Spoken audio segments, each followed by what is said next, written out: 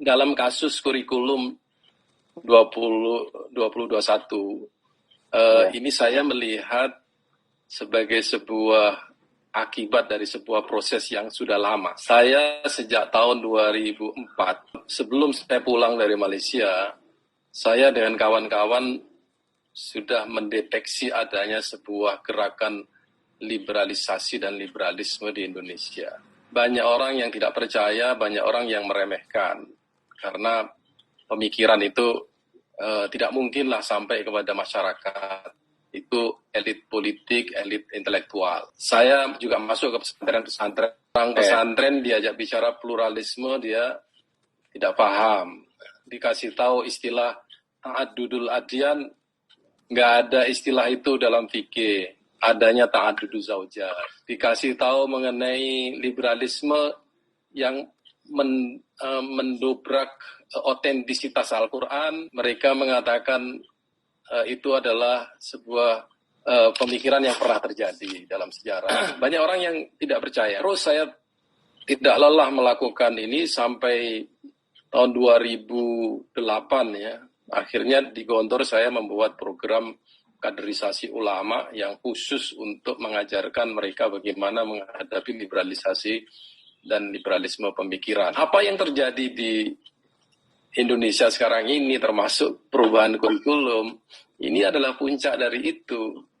Saya ingin setback dulu ya, apa yang sebenarnya sedang terjadi di kalangan umat Islam, baik secara akademik atau secara sosial. Saya membaca buku Sheryl Benard, yang judulnya Civic Democratic Islam, Partner, Resource, and Strategy, yang diterbitkan oleh Rand Corporation.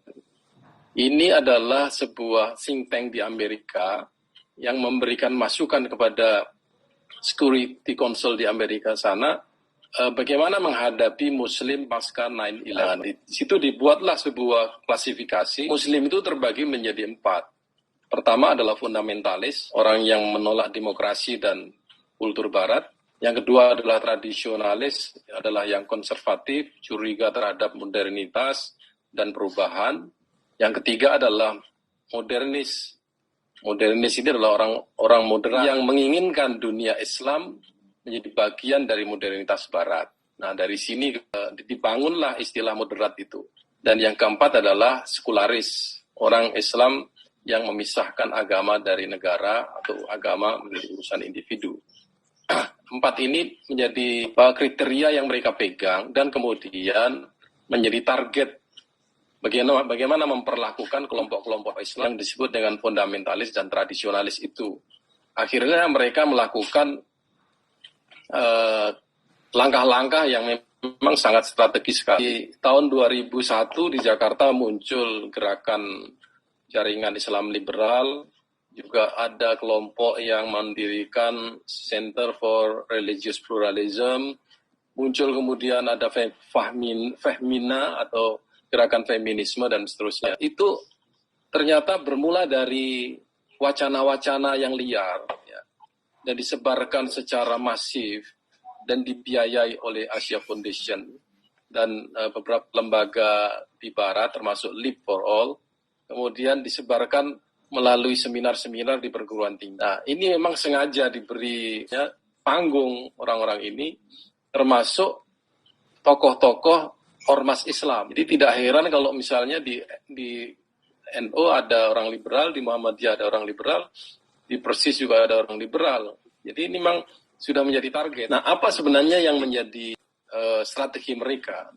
Strategi mereka adalah merubah penafsiran Islam yang selama ini dianggap membahayakan dan penafsiran yang selama ini dianggap justru memperkuat Islam, itu yang kemudian dilemahkan. Kebenaran menjadi direlatifkan. Kemudian di dalam strategi mereka juga kritik terhadap kelompok tradisional ya, itu harus diarahkan kepada kelompok yang mereka sebut fundamentalis. Siapa yang fundamentalis dan siapa tradisionalis ini kita tidak tahu.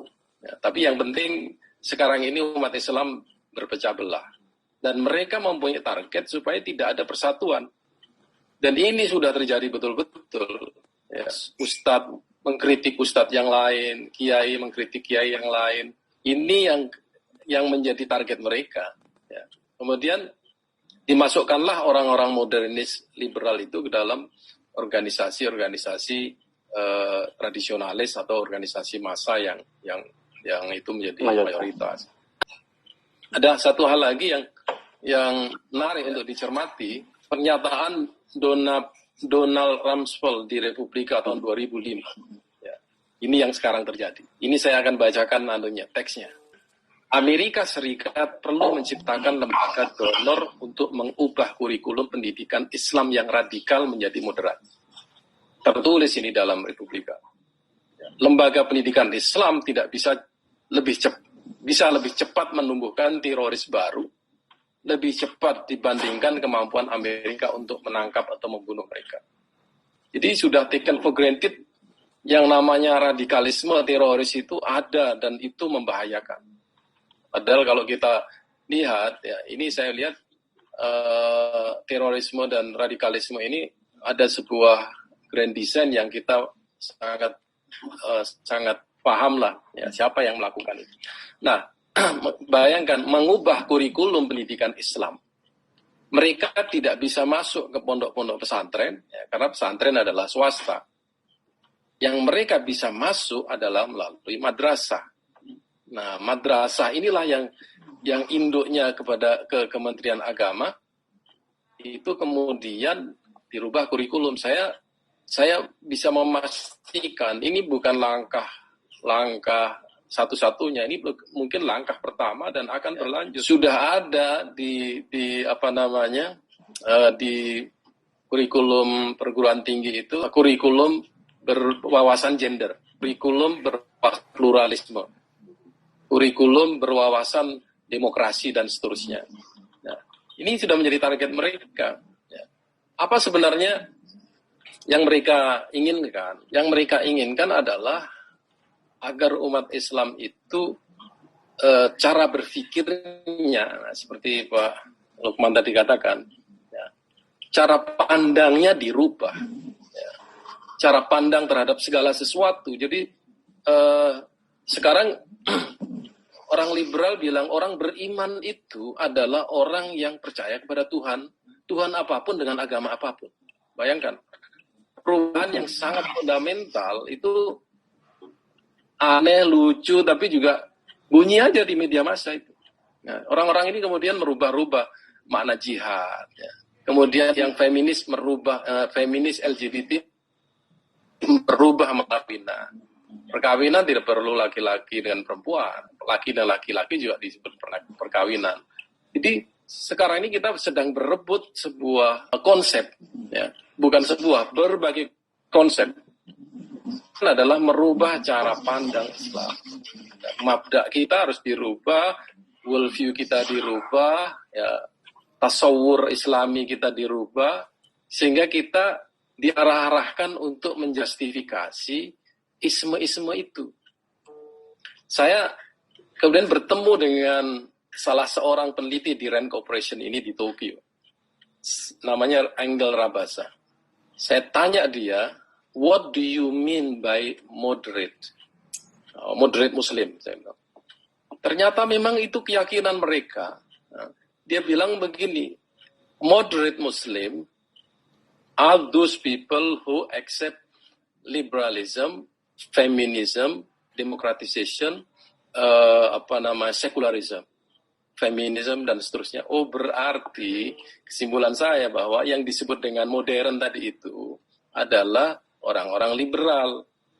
Orang liberal itu adalah moderat. Nah, di sini kata-kata moderat sudah diselewengkan. Padahal di dalam Islam kita mempunyai istilah wasatiyah. Nah, yang lucu, orang-orang ini menggunakan istilah wasatiyah, tetapi maknanya adalah moderat dalam pengertian barat. Itu yang kita tidak menyadari. Orang yang berpikir wasatiyah itu adalah yang ikut nyanyi-nyanyi di gereja.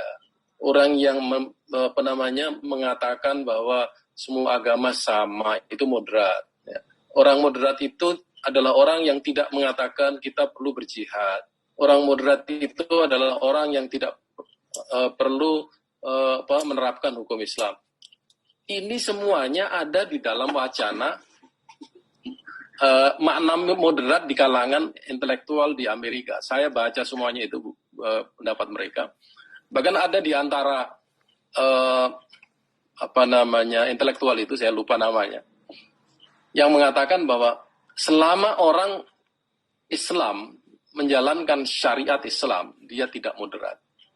Wah, ini sudah sangat ekstrim sekali dan ini menjadi tantangan bagi kita.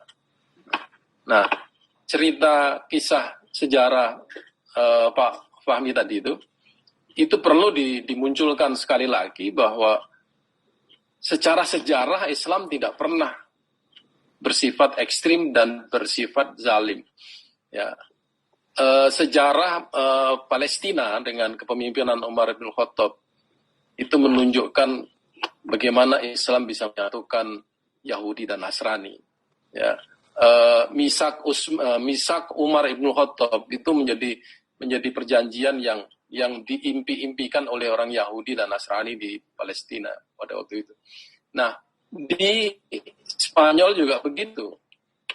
Agama Yahudi Nasrani hidup damai di bawah kepemimpinan Islam. Sekarang kita balik saja, di mana negara mana yang orang Islam bisa hidup damai padahal dia sebagai minoritas. Kita selalu dalam keadaan tertekan atau dalam keadaan yang diperlakukan secara tidak adil. Kembali kepada kurikulum, ya. Ini kurikulum masih baru di SK-kan, ya. Kita belum baca buku-bukunya. Saya menghimbau kepada Bapak dan Ibu sekalian, mari kita kritisi semua buku pelajaran yang diterbitkan oleh Kemenak ini, ya, dan kita ramaikan, ya. Karena saya yakin ini kurikulum dirubah tanpa melalui prosedur yang melibatkan para tokoh pendidikan Islam. Saya ingat di zaman Pak Muti Ali dulu, ada majelis pendidikan dan pengajaran agama Islam kalau yang disebut dengan MP3A, yang di dalamnya itu adalah kiai-kiai tokoh masyarakat dari semua ormas, yang di situ mereka diberi hak untuk memberikan pertimbangan mengenai kebijakan-kebijakan Kementerian Agama. Nah, nampaknya ini tidak dilakukan oleh Menteri Agama sekarang ini, dan itu akan blunder pada akhirnya nanti dan akan mengakibatkan, kalau ingin umat Islam moderat, saya memberikan saran kepada Bapak Menteri dan siapa-siapa yang mempunyai wewenang di situ, fahamkan Islam seperti apa adanya. Karena Islam itu menjanjikan kedamaian. Kalau takut umat Islam akan menjadi radikal dan menjadi teroris, berarti Anda takut pada sesuatu yang Anda sendiri yakini sebagai sebuah kebenaran. Ini yang ingin saya sampaikan, ya, bahwa orang kalau sudah disebut dengan mukmin, ya, innamal mu'minuna ikhwatun, ya, berarti dia tidak mungkin menjadi teroris. Dia itu bersaudara kepada sesama muslim dan baik terhadap orang-orang non-muslim. Ini cirinya orang beriman, itu salah satu saja. Kalau dikaitkan dengan cabang-cabang iman, tidak ada satu pun, ya, cabang iman di dalam Islam itu yang menggambarkan terorisme atau kekerasan. Jadi ini saya ingin sampaikan kepada Bapak Ibu sekalian, ini adalah tantangan di hadapan kita yang sudah berjalan sejak 2001. Liberalisasi sedang berjalan dan kita harus menghadapinya dengan berbagai macam cara sesuai dengan bidang di mana kita berada. Saya di sini terus juga mendidik, ya, calon-calon tokoh pemimpin di masyarakat bagaimana menghadapi ismu-ismu yang seperti ini dalam profesi masing-masing, sehingga ini menjadi kerja kita bersama. Kalau mereka melakukan secara formal, kita bisa melakukan secara informal melalui lembaga-lembaga pendidikan, lembaga ormas ataupun kelompok-kelompok kajian seperti begini ini. Insya Allah ini diskusi akan manfaat, mudah-mudahan akan membawa hasil yang terbaik bagi kita umat Islam. Syukron. Wassalamualaikum warahmatullahi wabarakatuh.